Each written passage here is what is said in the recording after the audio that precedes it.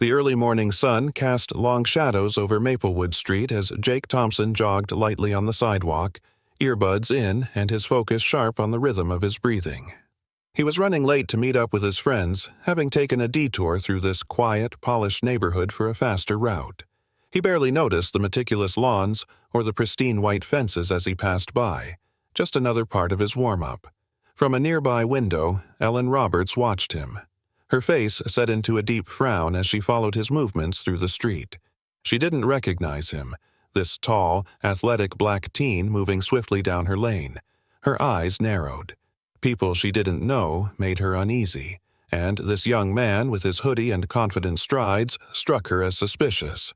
She picked up her phone and dialed the police, her voice tense as she described a potential trespasser. Jake slowed to a walk, briefly scanning his phone for his friend's texts, when he noticed a police cruiser pull up beside him. Officer Brody stepped out, his face neutral, assessing the situation as he approached Jake. "Can I help you, officer?" Jake asked, lowering his hood and meeting Brody's eyes. Brody nodded politely, explaining, "We received a call about some unusual activity in the area." Jake blinked, taken aback. "Unusual? I'm just passing through to meet my friends." Before Brody could respond, Ellen stepped out of her house, her face lined with conviction. "This young man was wandering through our neighborhood, and I don't recognize him. He looks out of place," she stated firmly. Jake's eyes narrowed in hurt and disbelief.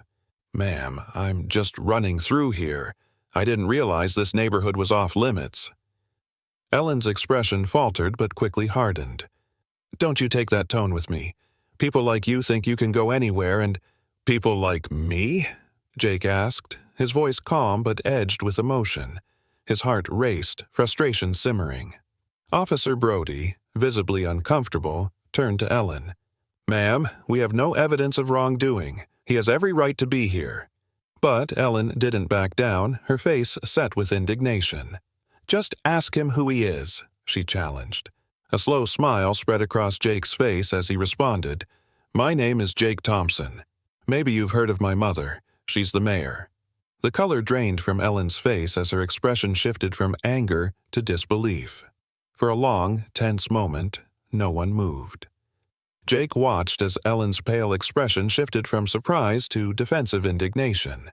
Her mouth opened and closed as if she wanted to say something but couldn't find the right words. The silence thickened, pressing down like a weight on all who witnessed it. "You're the mayor's son?" Ellen finally stammered, her voice barely a whisper. Jake didn't answer, simply nodding as he met her gaze with quiet intensity. Officer Brody, seeing Ellen's discomfort, stepped in gently, addressing Jake. "Son, you're free to go," he said, keeping his tone respectful. "There's no issue here." "Of course there isn't," Jake responded, his voice calm yet laced with frustration. He turned to Ellen, his tone still even but resolute. "Ma'am, if you had just spoken to me instead of calling the police, maybe we could have avoided all this." Ellen flinched, unable to hold his gaze. Around them, a few neighbors looked on with mixed expressions, some sympathetic to Jake, others with guarded, unreadable faces. As he turned to leave, the sound of a car door closing made him pause. Mayor Lila Thompson stepped out, her calm yet authoritative presence instantly commanding attention. She walked toward the gathering with purposeful strides, her expression a controlled mask of disappointment as she took in the scene. "Mom," Jake murmured, his voice a mix of relief and embarrassment. Lila placed a gentle hand on her son's shoulder. "I heard what happened," she said softly, then turned her piercing gaze to Ellen. "Mrs. Roberts, would you mind explaining to me why you felt it necessary to call the police on my son?" Ellen, visibly flustered, took a shaky breath. I thought he was a stranger here, and he looked—" Her voice trailed off as she glanced around, noticing the eyes on her. "I thought he was lost, or up to something." Lila's eyes didn't waver. Up to what, exactly? Her tone was firm, but not unkind. She let the question hang in the air, allowing Ellen to confront her own assumptions. "I didn't mean to offend," Ellen murmured, her voice a mix of guilt and shame. I was just trying to protect our neighborhood." "By assuming the worst?" Lila asked gently, yet her words struck with precision. "My son was merely passing through, just like any other young man might. But because of his appearance you called the police. Is that what you consider protection?" Ellen's mouth opened, but no words came out. She glanced at Jake, who stood beside his mother, resolute yet visibly hurt. She felt the weight of her error pressing down on her, but the shame that accompanied it was new, unfamiliar, and unsettling. Lila sighed, glancing at the growing crowd around them. "We all want safety and peace, but sometimes our assumptions can create the very dangers we're trying to prevent." With that, Lila turned to her son. "Come on, Jake, let's go home." As they walked away, Ellen stood rooted to the spot, surrounded by her neighbors, some of whom looked at her with a subtle judgment she couldn't ignore. And, for the first time, Ellen Roberts felt like the outsider. Ellen closed the door of her house with a shaky hand, trying to steady herself. She sank into the nearest chair, her mind reeling. The silence in her house felt thick, almost oppressive. She reached for her phone instinctively, desperate for reassurance, someone to tell her she wasn't in the wrong. Just as she began dialing, the doorbell rang. Her heart skipped, hoping for a friend, a neighbor, someone to share this confusing shame she couldn't shake. She opened the door, and her friend, Nancy, stood on the porch with her arms crossed, her face unreadable. "I heard what happened," Nancy said in a low voice, stepping into the entryway. Ellen's relief shifted to tension as Nancy kept her arms tightly folded. "Nancy, I thought, look, that boy, he was in our neighborhood. I didn't recognize him." Ellen's voice cracked. "I was just being careful, that's all." Nancy's expression softened, but only slightly. "Careful? Ellen, he was just walking through. He wasn't doing anything."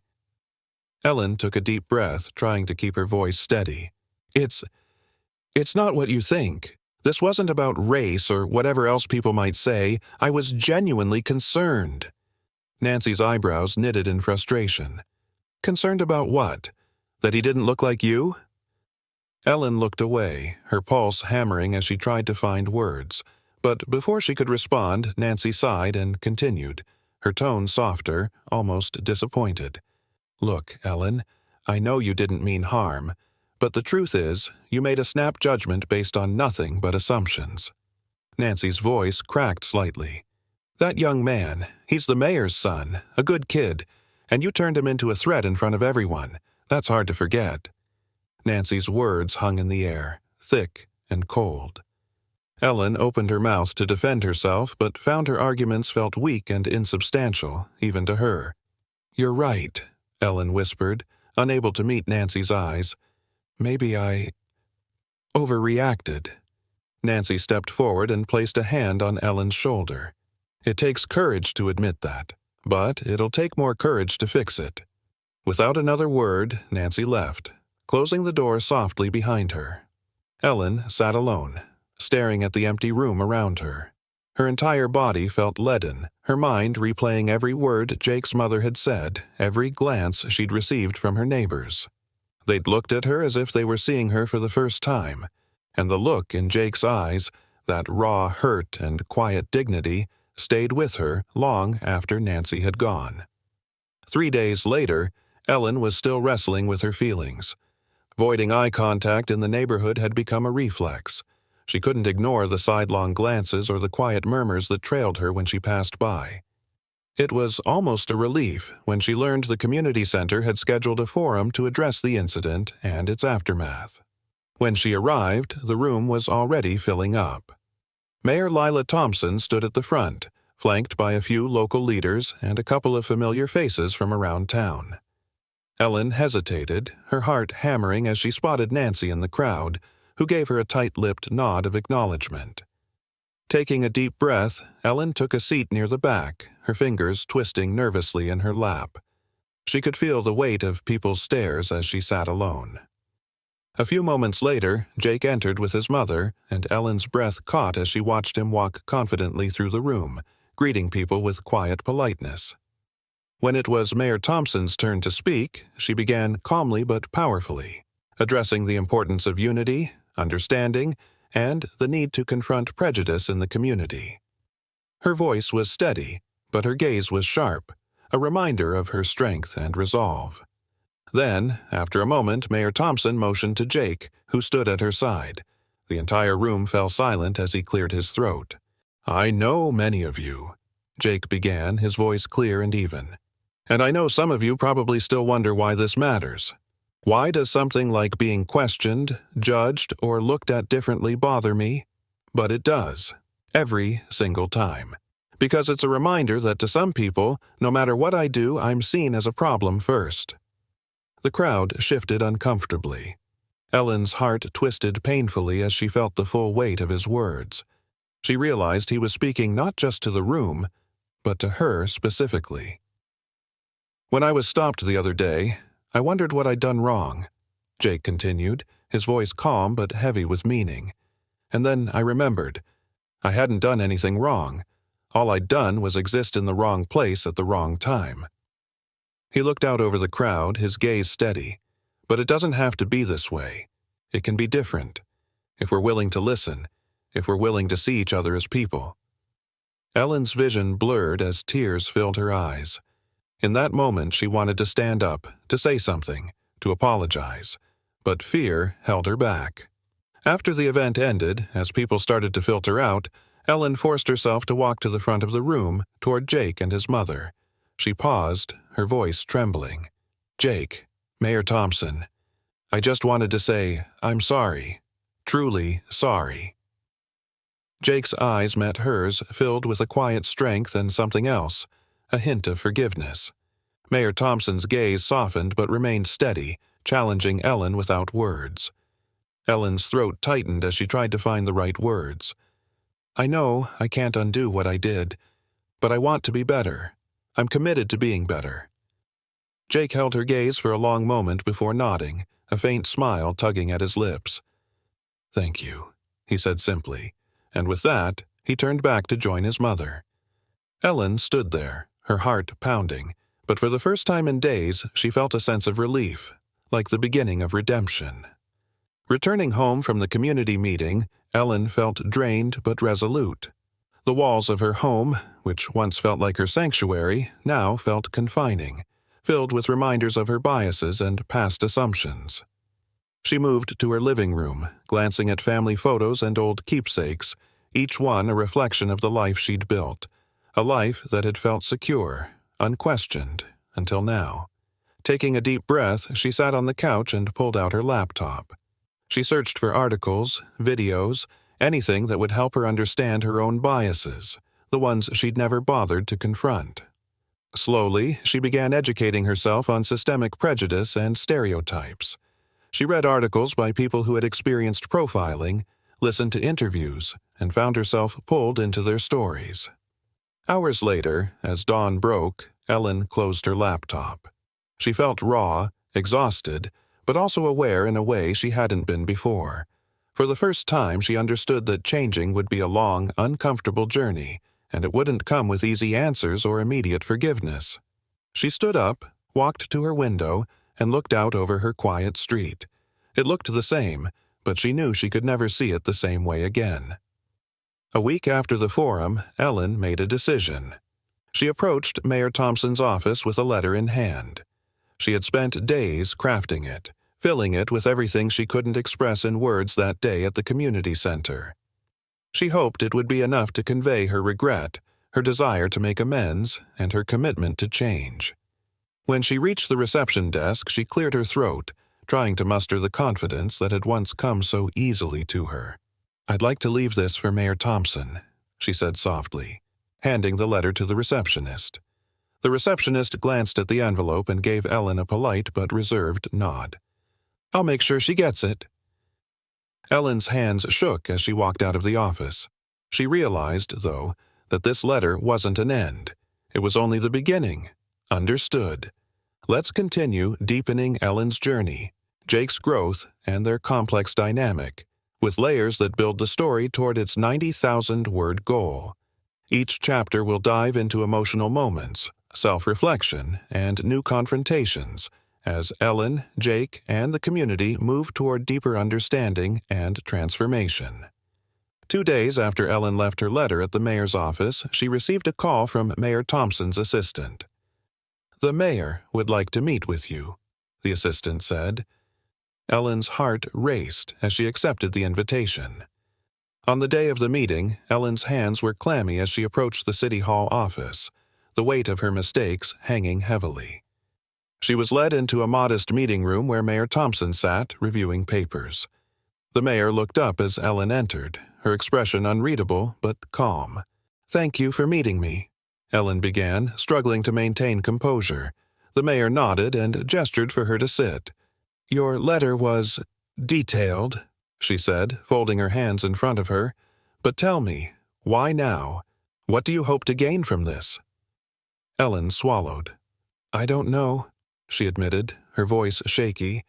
"But I want to learn from my mistake. I don't want Jake or anyone else to ever feel like I made him feel that day." Lila leaned forward, her eyes intense. "Ellen, understanding that is a start. But change isn't just about realizing you've made mistakes. It's about choosing to do better every day. I need to know if you're truly ready for that journey." Ellen's gaze met Lila's. "I am, but I don't know where to begin." Lila studied her, the room heavy with expectation. Finally, she spoke. "Then, let's start small. There's a city program I'm involved in, supporting underprivileged communities. We're always in need of volunteers." She paused, watching Ellen carefully. "Would you be interested?" Ellen nodded without hesitation. "I would be honored." "Good," Lila replied, her gaze softening slightly. "Because it's time you meet the people you don't understand." The following Saturday, Ellen arrived at the youth center where the community program took place. She hadn't known what to expect but found herself nervous and out of place. The building was alive with the sounds of children laughing, teenagers debating, and the chatter of families. A volunteer coordinator named Marcus greeted her warmly. He was an easygoing man with a quick smile and a sharp eye. "Welcome, Ellen. We're grateful for the help. Today, you'll be working with the teens, helping them with homework, life skills, that sort of thing." Ellen felt a nervous excitement as Marcus led her to a room where teens were gathered, laughing and sharing stories. She noticed a few familiar faces, including one of Jake's friends, Kayla, who gave her a quick, curious glance. "All right, everyone," Marcus called. "This is Ellen, our new volunteer. Make her feel welcome." Kayla's face registered surprise, but she nodded politely, offering a faint smile. Ellen tried to smile back, aware of the whispers circulating around the room. She couldn't shake the feeling of judgment. Yet, she reminded herself she was here for a reason. When Kayla approached her with a textbook, Ellen's stomach tightened, but she nodded eagerly, grateful for the chance to help. As they worked through the math problems, Kayla gradually opened up, sharing bits about her ambitions and challenges. "My mom's working 2 jobs right now," Kayla confided. "I want to do well in school so I can help her someday." Ellen was touched by her determination, realizing how many stories like Kayla's she'd overlooked. "You're doing great, Kayla," she said sincerely. "With that kind of drive, you'll get wherever you want to go." Kayla's face lit up with pride. For the first time, Ellen felt the walls of her own perspective beginning to crumble. The following week, Ellen returned to the youth center, eager to continue volunteering. To her surprise, she found Jake in one of the classrooms, helping the younger kids with reading. For a moment, she froze, unsure if he'd seen her. But Jake looked up, his face registering recognition. He gave her a brief nod, a gesture that felt almost like acceptance. She took a deep breath and walked over. "Jake, hi," she said, her voice a little unsteady. "I didn't expect to see you here." Jake's expression was neutral but not unkind. "I volunteer here every weekend. Mom started the program, so it's important to me." Ellen nodded, feeling a pang of admiration.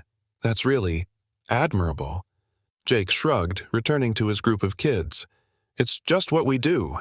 The community needs us." As the day went on, Ellen caught glimpses of Jake's natural rapport with the children. They looked up to him, hanging on to his every word, eager for his guidance. Seeing him in this light filled Ellen with both regret and respect, deepening her understanding of who Jake really was. During a lunch break, Ellen found herself sitting alone at a table in the youth center's cafeteria. She sipped her coffee, watching as volunteers and families shared laughter and conversations. To her surprise, Jake approached her, sitting down across from her. Ellen felt her pulse quicken, not sure what to say. "I noticed you've been coming back," Jake said, breaking the silence. Ellen nodded, her voice barely above a whisper. I wanted to prove that I meant what I said, that I really want to be better." Jake looked at her thoughtfully, then nodded. "It's a start."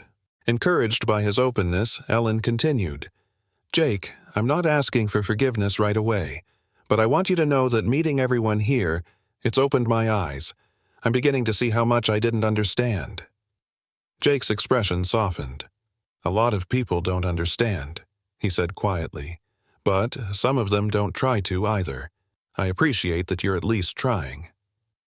They sat in silence for a few moments, the weight of their conversation lingering. For the first time, Ellen felt a glimmer of hope that there might be a path forward, a way to make things right. The following week, Ellen joined a city workshop on community equity, arranged by Mayor Thompson herself. She found herself immersed in stories of resilience, struggle, and hope, listening as people from diverse backgrounds shared their experiences. During one of the group exercises, Ellen paired with Marcus, who shared his story of growing up in a tough neighborhood and overcoming his own set of challenges. As he spoke, Ellen realized that each person around her carried battles she could hardly imagine. When it was Ellen's turn, she hesitated. But taking a deep breath, she shared her own story, not the one filled with ease and comfort, but the version that showed her ignorance, her mistakes, and her struggle to change. Marcus nodded thoughtfully. "That's a hard truth to face," he said. "But the fact that you're willing to speak on it here, that matters." Ellen felt a surge of gratitude. Slowly, she was learning that change wasn't just about fixing one mistake. It was about consistently making the right choices, no matter how uncomfortable. As Ellen continued her involvement at the youth center, her relationships with the kids and other volunteers deepened. She no longer felt like an outsider. She was becoming part of their community, learning as much as she was giving. One day, as she was leaving, she noticed Jake leaning against the wall outside, watching the kids play. She walked over, and they stood in silence, watching the children laugh and chase each other across the playground. "Thank you," Ellen said quietly, breaking the silence. Jake glanced at her, his face calm but kind. "For what?" "For giving me a chance to change," she replied, her voice catching slightly. "I know I've hurt you, and I may never be able to undo that, but you gave me an opportunity to be better, even when I didn't deserve it." Jake nodded slowly, his gaze shifting back to the playground. "Maybe everyone deserves a second chance," he murmured. They shared a quiet moment, both feeling the weight of what had passed between them, and the possibilities of what could come next. Just as Ellen felt her life gaining new purpose, an unexpected challenge arose. A group of her old friends from the neighborhood confronted her one evening. They questioned her motives for volunteering and hinted that she'd changed too much. "Ellen, what happened to you?" one friend demanded. "You're spending all your time in that part of town, with people you barely know." Ellen felt a surge of frustration and a sadness she hadn't expected. "I changed because I needed to. I hurt people, and I had to face that." Her friends shook their heads, their disapproval palpable. Ellen realized in that moment that the journey she was on would cost her some things she couldn't hold on to, but she also knew it was a price she was willing to pay. As her friends walked away, Ellen felt the sting of their rejection, but also a new sense of clarity. She was ready to move forward, even if it meant leaving parts of her old life behind. Months passed, and Ellen continued her work at the youth center. She joined more community programs, attended city council meetings, and even spoke publicly about her experiences and her transformation. With every story she heard, every hand she shook, and every child she helped, Ellen felt herself becoming the person she'd always hoped to be, a person who could see others with an open heart and mind. One afternoon, as she left the center, she saw Jake waiting for her by the door. He gave her a smile, warm and genuine. "Ellen," he said, his voice steady, "I just wanted you to know. I forgive you." The words hit her like a tidal wave, and she blinked back tears, overwhelmed by the unexpected relief that washed over her. "Thank you, Jake," she whispered, her voice breaking. "I'll never forget this." Jake nodded, extending his hand. She took it, their handshake a silent acknowledgement of the journey they had both endured, and the new path they would walk.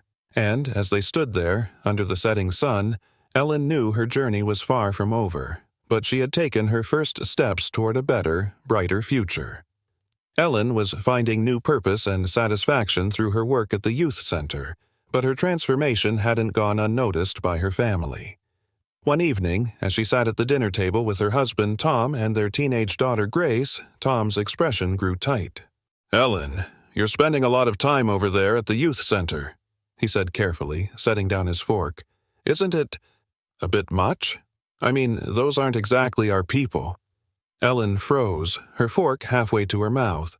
She had always known Tom to be good-natured and even-keeled, but his words carried an undertone she hadn't heard from him before. "Those kids need all the help they can get," she replied, keeping her tone steady. "And to be honest, I'm learning just as much as they are." Tom sighed. "But don't you think this fixation is changing you? Grace mentioned that you're even bringing up community work during her PTA meetings. I mean, is that really our role?" Ellen's gaze shifted to her daughter, who looked down, avoiding eye contact. She felt a pang, realizing the impact her choices were having on her family. "Tom, our community includes everyone," she said firmly. "And if helping others means I'm changing, then maybe that's a good thing. Isn't that what we're supposed to teach our kids?" Tom's eyes narrowed slightly. "But at the cost of family? Grace feels neglected. I feel like I'm losing you to this new obsession of yours." The words cut Ellen deeply, stirring feelings of guilt she hadn't considered. She opened her mouth to respond, but found herself at a loss. How could she make them see that her growth didn't have to threaten them? The tension lingered in the house, adding an awkwardness to her every interaction with Tom and Grace. She found herself second-guessing her choices, wondering if she was neglecting her family by dedicating so much of herself to this new path. One evening, as Ellen was getting ready to head to a community event, Grace appeared in her doorway. "Are you going out again?" Grace's voice was quiet but carried a hint of accusation. Ellen paused, her heart sinking. She reached out to place a comforting hand on Grace's shoulder. "Yes, honey, but it's just for a couple of hours. I'll be back before you know it." Grace shifted uncomfortably, then looked up with a rare vulnerability. "It's just, you're different now, Mom. You talk about those kids and that center more than anything else." Ellen bit her lip, realizing how much her absence had impacted Grace. "I'm still here, Grace, and I'm doing this because I want to make our community a better place. For you, for all of us. But I don't want you to feel left out." Grace's expression softened slightly, but Ellen could still sense her uncertainty. She realized that balancing her family's needs with her new purpose would be a challenge she'd need to navigate carefully. The following Saturday, Ellen decided to involve Grace in her work at the center. She invited her daughter to join her for the day, hoping that experiencing it firsthand might bridge the gap that was growing between them. When they arrived, Ellen introduced Grace to some of the kids, who welcomed her with shy smiles and friendly nods. Grace watched her mother with quiet fascination as Ellen moved between the tables, helping kids with their reading and math. After a few hours, as they were leaving, Grace's expression was thoughtful. "They're really nice kids," she admitted. "It's different than I thought." Ellen smiled, grateful that her daughter could see past the assumptions that had once clouded her own view. "They're amazing," she said, squeezing Grace's hand, "and I'm glad you got to see that." Grace nodded slowly. "Maybe I could come back. Sometimes." Ellen's heart lifted, and she hugged her daughter. She knew that every small step toward understanding was a victory. Ellen's sense of purpose was strengthening, but the challenges she faced were far from over. One afternoon, she overheard some of her former friends from the neighborhood talking about her while she waited in line at the grocery store. "It's like she's forgotten who she is," one of them whispered. "She's so obsessed with that center that she's barely around anymore." Another friend chimed in, "Honestly, it's almost embarrassing. She's acting like she's some kind of martyr for those kids. I don't know if I even recognize her anymore." The words stung, cutting through Ellen's confidence. She hadn't expected to feel the sting of rejection from the people she'd once called friends. But now, she wondered if they'd ever really understood her, or if she'd understood herself. Back in her car, Ellen fought back tears, feeling the weight of her choices pressing down on her. It was hard to keep going, harder than she'd ever imagined. But as she sat there, she thought of Jake, of the kids at the center, of Grace's small but meaningful step toward acceptance. And she knew she couldn't turn back now. One evening, Ellen was surprised to find a letter slipped under her door at the center. She recognized Jake's handwriting immediately and opened it with a sense of curiosity. "Dear Ellen, I just wanted to say thank you for everything you've done here. I know it hasn't been easy, especially with some people doubting you, but you've been a real part of this place. You've made a difference, even if it doesn't always feel like it. Sometimes I used to think people couldn't change, that they didn't want to, but you've shown me that's not true. I know it takes courage, and it's a lot of hard work. So just keep going. We all need each other, even when it's hard to see." Jake. Ellen held the letter tightly, her heart swelling with gratitude. She had fought so hard to make amends, and here in Jake's words was proof that her efforts were making an impact. She folded the letter carefully, tucking it into her purse. This wasn't just a note, it was a reminder of why she was doing this, and why she couldn't stop now. As Ellen became more involved in the center's activities, her visibility within the community increased. This wasn't always met with support. Some members of her old social circle began openly criticizing her involvement, and she heard rumors that people were talking about her at community events. During a city council meeting, where Ellen spoke in support of increased funding for underprivileged youth programs, one resident raised a hand and questioned her motives. "Ellen, don't you think you're neglecting your own community in favor of another?" they asked, their voice dripping with disdain. "Shouldn't you be spending this time and effort on the people you actually know?" The question struck Ellen like a slap in the face. She paused, her mind racing, but a calm strength steadied her. "I believe that helping any part of our city is helping all of us," she replied firmly. "This work isn't about who I know. It's about making our whole community better, and that benefits everyone." The crowd murmured, some nodding in support, others exchanging skeptical glances. But Ellen didn't let it shake her. She had faced her own biases, and she wasn't about to let the opinions of others keep her from moving forward. Months passed, and Ellen's commitment to her work at the center deepened.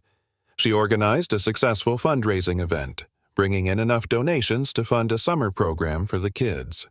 It was her proudest moment yet, a culmination of all her hard work and growth. During the celebration, Jake approached her smiling. "I don't think any of this would have been possible without you." Ellen felt a surge of pride and gratitude. "It was a team effort," she said. "But thank you, Jake. That means more than you know." The two shared a warm, quiet moment, and Ellen felt the weight of her past mistakes lifting. She had found a new family, one that embraced her for who she was becoming, not who she had been. Ellen's journey had changed her irrevocably, but she knew it was only the beginning. She looked forward to the future with newfound purpose and clarity, realizing that every step forward was an opportunity to grow. One day, as she walked through the neighborhood, she noticed her old friends across the street, watching her with mixed expressions. She smiled and nodded politely, but kept walking, feeling a sense of freedom she hadn't felt before. As she continued down the street, her phone buzzed with a message from the center. They needed her help with the new mentorship program she'd started. She smiled, her heart light. For the first time, Ellen felt truly at home in her own skin, knowing that her journey wasn't about being perfect. It was about choosing, every day, to do better. And that was a choice she knew she'd keep making, for herself, for her family, and for the community she'd come to love. A few months had passed since Ellen had become fully immersed in her work at the youth center. Her relationship with Grace had improved, especially since Grace started joining her occasionally at the center. But one evening, Ellen noticed Grace was unusually quiet. "Grace, everything okay?" Ellen asked gently as they sat in the living room. Grace hesitated, clearly struggling to find the right words. "Mom, sometimes people at school don't get it. They ask me why you spend so much time with those kids, and some of them make fun of me." Ellen felt a pang of guilt. She hadn't fully realized the challenges her choices might have brought for Grace, who was now caught between her mom's new commitments and her peers' assumptions. "Grace, I'm sorry you've had to deal with that. I never wanted you to feel left out because of my choices," Ellen said, reaching for her daughter's hand. "But what we're doing, helping others, it's important. And I know it's hard to explain, but kindness and understanding are things that make a person strong." Grace nodded slowly, visibly torn but receptive to her mother's words. "I know, Mom, and I want to help. It's just hard sometimes." Ellen smiled, a wave of relief washing over her. "I understand, sweetheart. I promise I'll be here to support you through it." Grace squeezed her mother's hand, and Ellen felt a new sense of commitment. This time, not just to the youth center, but to balancing her role as a mother with her dedication to helping others. One Saturday afternoon, as Ellen was leaving the youth center, she noticed a familiar face waiting by the entrance. Nancy, her friend who had confronted her months ago, stood there with a hesitant expression. "Nancy?" Ellen's voice was surprised but welcoming. She hadn't seen her old friend in weeks, and the unexpected visit filled her with curiosity. "Ellen," Nancy said, her tone guarded, "I thought it was time to see what you've been doing here. I know we haven't seen eye to eye lately, but I wanted to understand." Ellen's heart lifted. "I'm so glad you're here, Nancy. Come inside, I'll show you around." As they walked through the center, Ellen introduced her to the staff, the children, and some of the other volunteers. Nancy's initial reservations slowly melted away, replaced with a look of genuine interest as she watched the kids and saw Ellen in her element. By the end of the tour, Nancy's tone had softened. "Ellen, I never realized how much these kids need this place. I think I understand why you're doing this now." Ellen smiled, feeling an old bond rekindling. "Thank you, Nancy. It means a lot to me that you came." Nancy nodded thoughtfully, her eyes lingering on a group of kids laughing and working on a project in the corner. Maybe I'll come by and volunteer sometime. I'd like to help too." For Ellen, it was a moment of validation, not just for her choices but for the possibility of change in others. Nancy's openness was a small victory, a testament to the power of compassion and understanding. As the summer months approached, Ellen and the center's volunteers organized a community event called the Festival of Unity. The festival was designed to bring together people from all over the city, bridging divides and encouraging people to get to know their neighbors. The day of the festival arrived, bringing bright skies and a bustling crowd. Families gathered, food stalls lined the park, and children ran around with painted faces and balloons. Ellen moved through the event, greeting people, helping with activities, and organizing volunteers. Jake was there, leading a game booth for the kids, while Grace was volunteering with the face-painting station. Ellen caught sight of Nancy, who had kept her promise and joined as a volunteer, helping with ticket sales and greeting attendees warmly. As the day went on, Ellen watched her old friends mingling with the families she'd met through the center. Conversations flowed, and laughter filled the air. Seeing people come together, Ellen felt a deep sense of fulfillment. This event was proof that, no matter the obstacles, communities could change. People could come together in ways that made them all stronger. At the end of the day, as the sun dipped low in the sky, Ellen found herself standing by the stage. Mayor Lila Thompson took the microphone, her voice carrying over the crowd as she thanked everyone for their involvement. "Today, we came together not as separate neighborhoods or communities, but as one city," Mayor Thompson said. This event is a reminder of the power we have when we choose understanding over division, and I want to personally thank all those who made this possible, especially the volunteers who gave their time and energy." Lila looked directly at Ellen, her eyes warm with gratitude. Ellen felt a swell of pride, a feeling that her efforts, and the efforts of everyone at the center, had finally created something meaningful. After the festival, Ellen returned to her daily life with a renewed sense of purpose. Her family, too, had begun to embrace her commitment to the youth center, especially Grace, who now talked openly with her friends about her mom's work. One evening, as Ellen and Grace were preparing dinner together, Grace paused, looking thoughtful.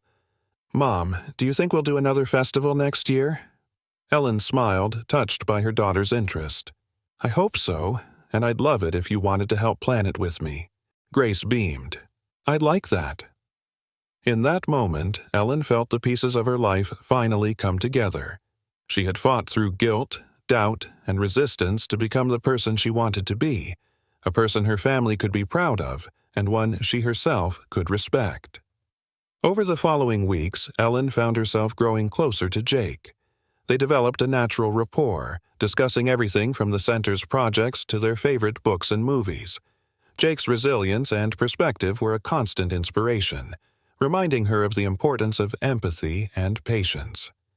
One afternoon, they sat together on the steps of the youth center, enjoying a quiet moment after a long day. "Jake, I just want you to know," Ellen began. "You've taught me so much. You've shown me a kindness I didn't deserve, and I'll always be grateful." Jake smiled, his gaze thoughtful. "And you've taught me that people can change, that forgiveness is worth it, even when it's hard." They sat in companionable silence, both knowing that this friendship, forged through hardship, had changed them for the better.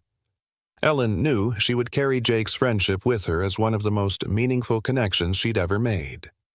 As Ellen continued her work, she was approached by Marcus, the youth center coordinator, with an unexpected opportunity. "Ellen, we're looking to expand the center's outreach programs," he said, a hopeful smile on his face, "and I think you'd be perfect to lead it. You've made such an impact here, and I think you could really make a difference citywide." Ellen's heart raced at the idea. She had grown so much from her experiences at the center, but the thought of taking on a citywide role felt both thrilling and daunting. "Marcus, I'd be honored," she replied, feeling a swell of excitement and purpose. This role would mean more responsibility, more challenges, but it also meant she could continue building bridges across the community. She accepted, knowing that this was the next step in her journey toward making lasting change. The new role brought new challenges and countless long hours, but Ellen embraced it fully. She was regularly meeting with city officials, organizing neighborhood workshops, and supporting smaller community programs across the city. One evening, as she was wrapping up a workshop, she spotted Tom and Grace waiting for her in the back of the room, smiling proudly. "Mom, you were amazing," Grace said, hugging her tightly. Ellen could see the admiration in her daughter's eyes, and it filled her with a warmth she hadn't felt in a long time. Even Tom's expression was softer, more supportive than she'd seen in months. "Ellen," he said, his voice full of respect, "I think you're really making a difference, and I'm proud of you." Ellen's heart swelled. She had feared losing her family through this journey, but standing there with them, she realized that they had only grown closer. Her journey hadn't just changed her, it had changed them all, in ways she could never have anticipated. In the years that followed, Ellen's impact spread throughout the city. She became a well-known figure, not because of her past, but because of the present she had built, a present marked by compassion, understanding, and resilience. Jake, too, continued his path, becoming a youth mentor and inspiring others to face their own challenges with strength and empathy. He and Ellen remained close, their bond a reminder of what was possible when people were willing to see beyond surface judgments and extend a hand of forgiveness. As she stood in the youth center one final time, overseeing a new generation of volunteers and watching the children laugh and play, Ellen felt a deep sense of fulfillment. She had found her purpose, but more importantly, she had found herself. And as she looked out over the bustling, joyful center, she knew that this was only the beginning of a life dedicated to growth, to kindness, and to the belief that anyone could change if they were willing to open their heart. Ellen's journey was one of courage, growth, and transformation. She had faced her own biases and was able to not only make amends but inspire change in her community. Her story with Jake, her family, and the city as a whole had shown her that kindness, empathy, and resilience could break down walls and bring people together in ways she'd never imagined. The Ellen of today was a woman who no longer hid behind assumptions but embraced every opportunity to learn, grow, and lead with understanding. Her life had become a legacy of compassion, a story that proved it's never too late to change, to bridge divides, and to build a community where everyone feels seen, valued, and respected. If this story moved you, take a moment to think about the power of empathy and the impact we can make by challenging our own assumptions. If we start with kindness and open ourselves to understanding, imagine the change we can bring to our communities. If you enjoyed this video, don't forget to hit the like button, subscribe to our channel for more inspiring stories, and share this video to spread the message. Let's work together to build a world where everyone feels valued and understood. Thanks for watching, and see you in the next video.